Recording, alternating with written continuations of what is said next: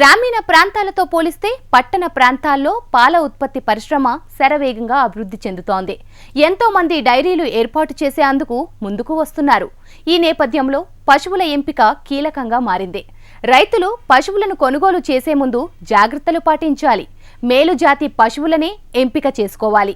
మరి మేలుజాతి పశువుల లక్షణాలేంటి? రైతులు వాటిని ఏ విధంగా గుర్తించాలో ఇప్పుడు తెలుసుకుందాం.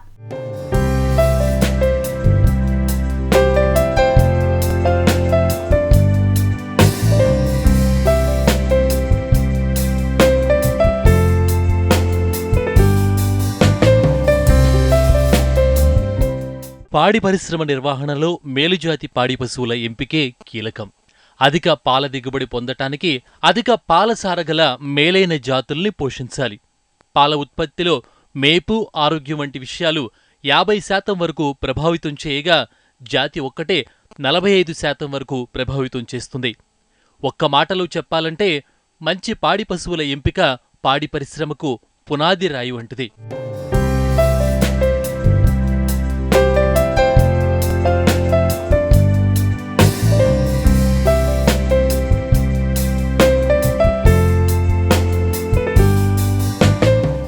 పాడి పశువుల ఎంపికలో పశుజాతి, జన్యు సంబంధ లక్షణాలను ముఖ్యంగా పరిగణనలోకి తీసుకోవాలి.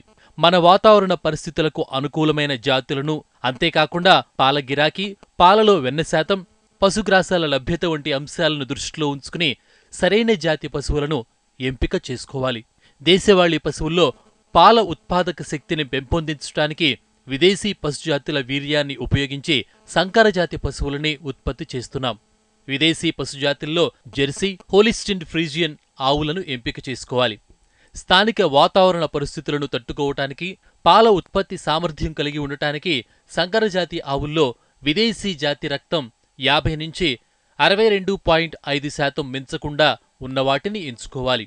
గేదెల్లో ముర్రా, గ్రేడెడ్ ముర్రా గేదెలను ఎంపిక చేసుకోవాలి.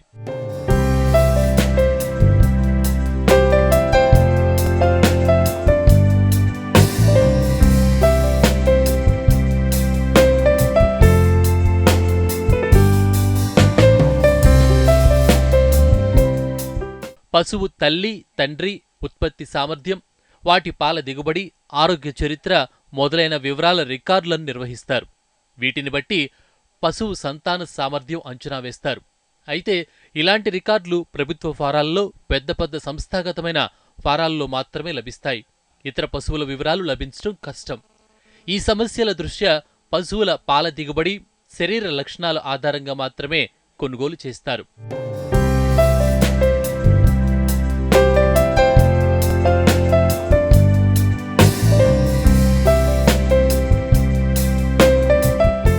సంకరజాతి ఆవులు ఈనిన మొదటి 3 మాసాల్లో రోజుకు 10 నుండి 12 లీటర్ల దిగుబడి ఉంటే, అవి పాడి కాలంలో సగటున రోజుకు 8 నుండి 10 లీటర్లు పాలిస్తాయి.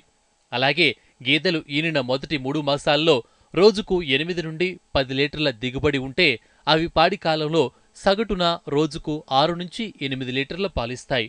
ఇలాంటి పాల దిగుబడి సామర్థ్యం ఉన్న పాడి పశువులను ఎంపిక చేసుకోవాలి.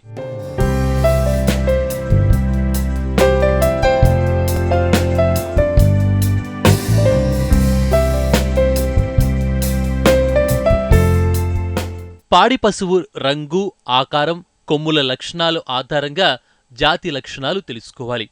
పాడి పశువు నిండుగా, ఆరోగ్యంగా, చురుగ్గా ఉండాలి. చర్మం మృదువుగా, పల్చగా, శుభ్రంగా ఉండాలి. ముట్టె వెడల్పుగా, కళ్ళు చురుకుగా, విశాలంగా ఉండాలి. తేలికగా నడవగలగాలి. సులువుగా కూర్చోవాలి, లేవాలి. డొక్కలు నిండుగా, కడుపు పెద్దగా ఉండాలి. దీనివల్ల పశువుల మేత ఎక్కువ తిని అధిక ఉత్పాదక సామర్థ్యం కలిగి ఉంటాయి. పక్కటెముకలు బాగా వంచిన విల్లు ఆకారంలో ఉండాలి. కాళ్ళు దృఢంగా, వెడల్పుగా, నిటారుగా ఉండాలి.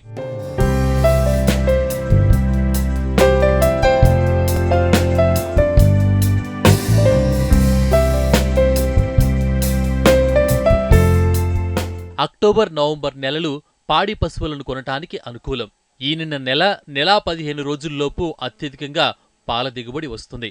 కాబట్టి ఈనిన నెలలోపు ఖరీదు చేయాలి. మొదటి 5 ఈతల్లోనే పాడి పశువులు గరిష్టంగా పాలిస్తాయి. కాబట్టి రెండో ఈత పశువును ఖరీదు చేయటం మంచిది. బెదరకుండా మచ్చికగా ఉండి మన వాతావరణానికి అలవాటు పడే పశువులను కొనాలి.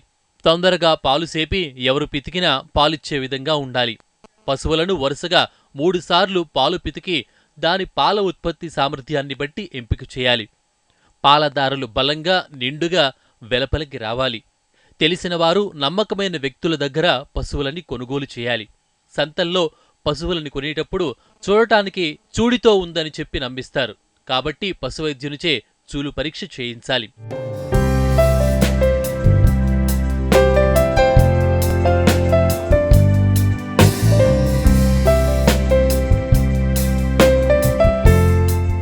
పశువుపై బొల్లి మచ్చలు, చర్మ వ్యాధులు, గాయాలు కనిపించకుండా నల్లటి రంగు, నూనె పౌడర్ వంటి వాటిని చర్మంపై పూస్తారు.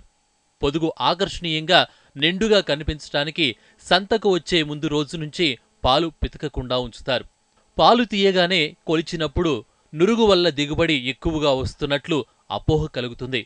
కాబట్టి పాల దిగుబడి 3 పూటలా కొలిచి ప్రతిసారి సగటున ఎన్ని పాలిస్తున్నాయో లెక్క చూసుకోవాలి.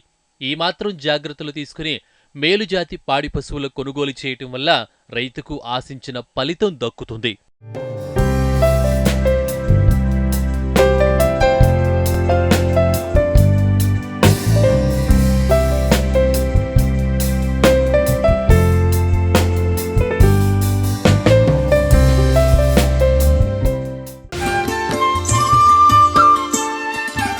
నేలతల్లి కార్యక్రమంలో మరో చిన్న విరామం.